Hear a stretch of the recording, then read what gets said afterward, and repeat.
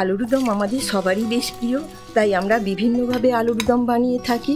নিরামিষের দিন ক্যাপসিকাম দিয়ে এই আলুর দম একবার বানিয়ে দেখুন, নিরাশ হবেন না।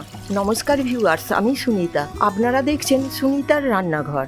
আমার আজকের রেসিপি নিরামিষ ক্যাপসি আলুর দম।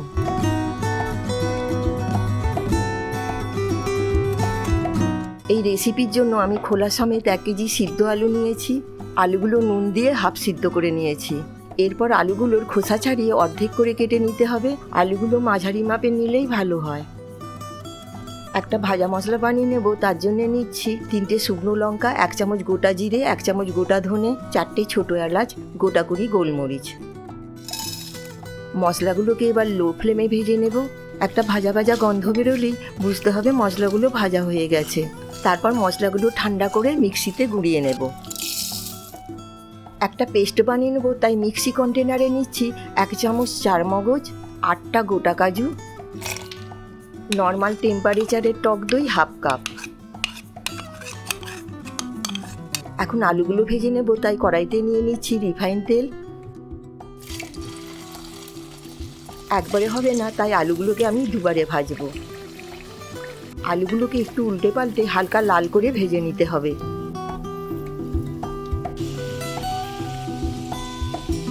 আলু ভাজা হয়ে গেছে, তুলে একটা প্লেটে সাইড করে রাখছি।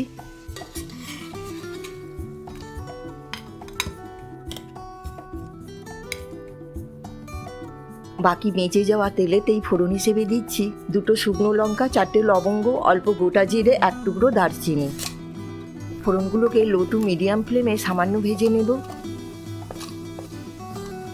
এরপর দিয়ে দিচ্ছি 1 ইঞ্চ আদা আর 4টে কাঁচা লঙ্কার পেস্ট। এগুলোকেও লো টু মিডিয়াম ফ্লেমে অল্প ভেজে নেব। আদা একটু ছেটকাতে পারে, তাই সাবধানে করবেন। দেব খুব সামান্য হলুদ, কারণ তরকারি রঙটা সাদা থাকবে। এখন দিচ্ছি পেস্ট করে নেওয়া 2টো টমেটো। ফ্লেমটাকে মিডিয়ামে রেখে ভালো করে মিশিয়ে নেব। মশলাটা ততক্ষণ কষাবো যতক্ষণ না এর থেকে তেল ছেড়ে আসে। প্রথমে বানানো টক দইয়ের পেস্টটা এখন দিয়ে দিচ্ছি। এটা খুব ছেটকায় বলে গ্যাসের ফ্লেমটা লো করে দিয়ে মেশাবো।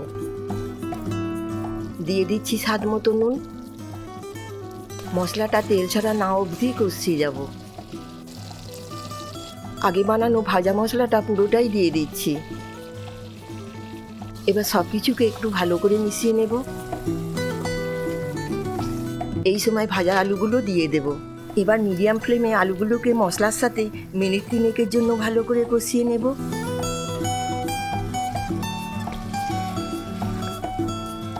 দিয়ে দিচ্ছি আগে ফুটিয়ে রাখা 250 ml দুধ।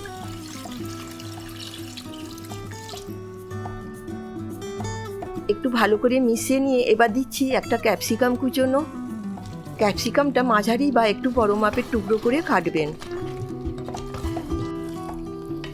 সব কিছুকে নেড়ে চেড়ে নিয়ে 1 গ্লাস মতো জল দিয়ে দিচ্ছি। আমি মশলার বাটি ধোয়া জলটা ইউজ করেছি।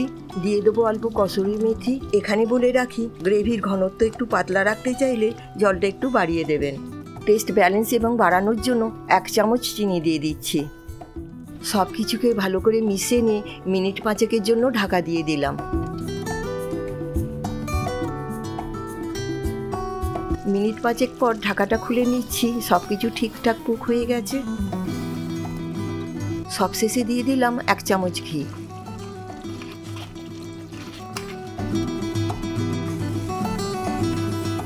এবার একটু নেড়ে চেড়ে মিশিয়ে নিলেই আজকের রেসিপি নিরামিষ ক্যাপসি আলুর দম কমপ্লিট। আজকের রেসিপিটা ভালো লাগলে একটা লাইক করে কমেন্ট করে দেবেন। দেখা হবে নতুন কোনো ভিডিওতে অন্য কোনো রেসিপি নিয়ে। সকলে ভালো থাকবেন, সুস্থ থাকবেন।